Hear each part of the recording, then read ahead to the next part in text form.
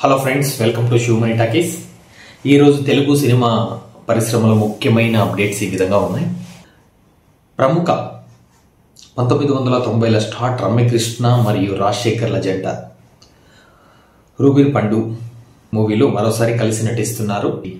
VI Shashi డైరెక్టర్గా ఉన్నారు. రాజశేఖర్ ఈ చిత్రాన్ని హక్కులు కొనుగోలు చేసి ప్రధాన పాత్ర పోయిస్తున్నారు. ఆయన కుమార్తె కూడా నటిస్తుంది. ఈ చిత్రంలో హైదరాబాద్లో షూటింగ్ జరుగుతుంది. అలానే ప్రేక్షకుల్లో పెద్ద ఆకర్షణ కూడా ఉంది. రాషో తోడాని తెలుగు సినిమాల్లో డిస్ట్రిబ్యూట్ చేయడానికి సైన్ అయ్యాడు. ఈ దర్శకుడు అజయ్ భూపతి డైరెక్ట్ చేస్తున్నటువంటి చిత్రం AV4గా సూచిస్తున్నారు టైటిల్. ఇందులో మహేష్ బాబు సోదరుడు కుమారుడు జయకృష్ణ ఒక ప్రధానమైన పాత్రలో పోయిస్తున్నారు. ఇది రొమాంటిక్ జానర్లో తెరకెక్కనుంది. రాష బాలీవుడ్ నుంచి తెలుగు సినీ పరిశ్రమలోకి ప్రవేశిస్తుంది. ఇది సంక్లిష్టమైన ప్రేమ కథగా ఇది రూపొందుతుంది. చిరంజీవి ఒక ప్రసిద్ధ సినిమాలు గేమ్ చేంజర్, ఓజీ వంటి చిత్రాలు బాక్సాఫీస్ నష్టాల్లోకి పోయిన ప్రధాన కారణంగా పైరసీని పేర్కొన్నారు. పైరసీ వల్ల ఇలా అయిందని ఆయన అన్నారు.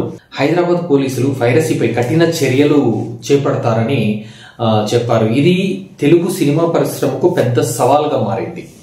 ఇంకా వారణాసి గురించి చెప్పుకుంటే, వారణాసి ఆల్రెడీ చాలా బాగా 15 మిలియన్ వ్యూస్ని సొంతం చేసుకుంది.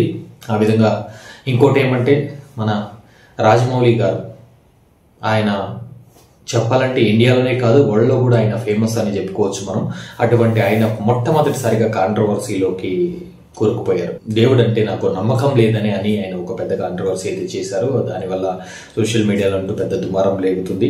ఆయన దాని గురించి చూద్దాం, ఏదైనా సంజయ్ ఇచ్చుకుంటారా లేదా అనేసి. ఎందుకంటే సినిమా విషయంలో ఖచ్చితంగా ఇచ్చుకోవాలి, లేకపోతే సినిమాని కొంతమంది అవాయిడ్ చేసినా అది ఎంతో నష్టం. ఇటువంటి పెద్ద సినిమాల్లో అంటూ చాలా నష్టం జరిగే ఛాన్సెస్ ఉంటాయి కనుక ఆయన నెక్స్ట్ ఒక ప్రెస్ మీట్లో అయినా సంజయ్ ఇచ్చుకుంటారా ఏమి అనేసి మనం చూడాలి. ఇంకోటి మనం చూసినట్టయితే బాలకృష్ణ గారిది అఖండ 2 ఒక సాంగ్ అయితే రిలీజ్ చేశారు. అది మనందరికీ తెలుసు. అది కూడా దూసుకెళ్తుంది అనమాట. చాలా బాగా అన్ని లాంగ్వేజ్ల్లోనూ ఒక మంచి వ్యూస్ని సంపాదించుకుంటూ ఉంది.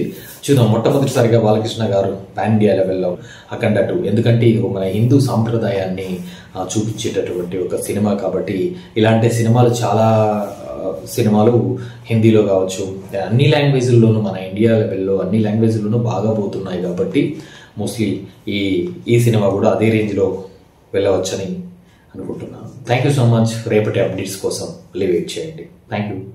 ప్లీజ్ సబ్స్క్రైబ్ చేయండి.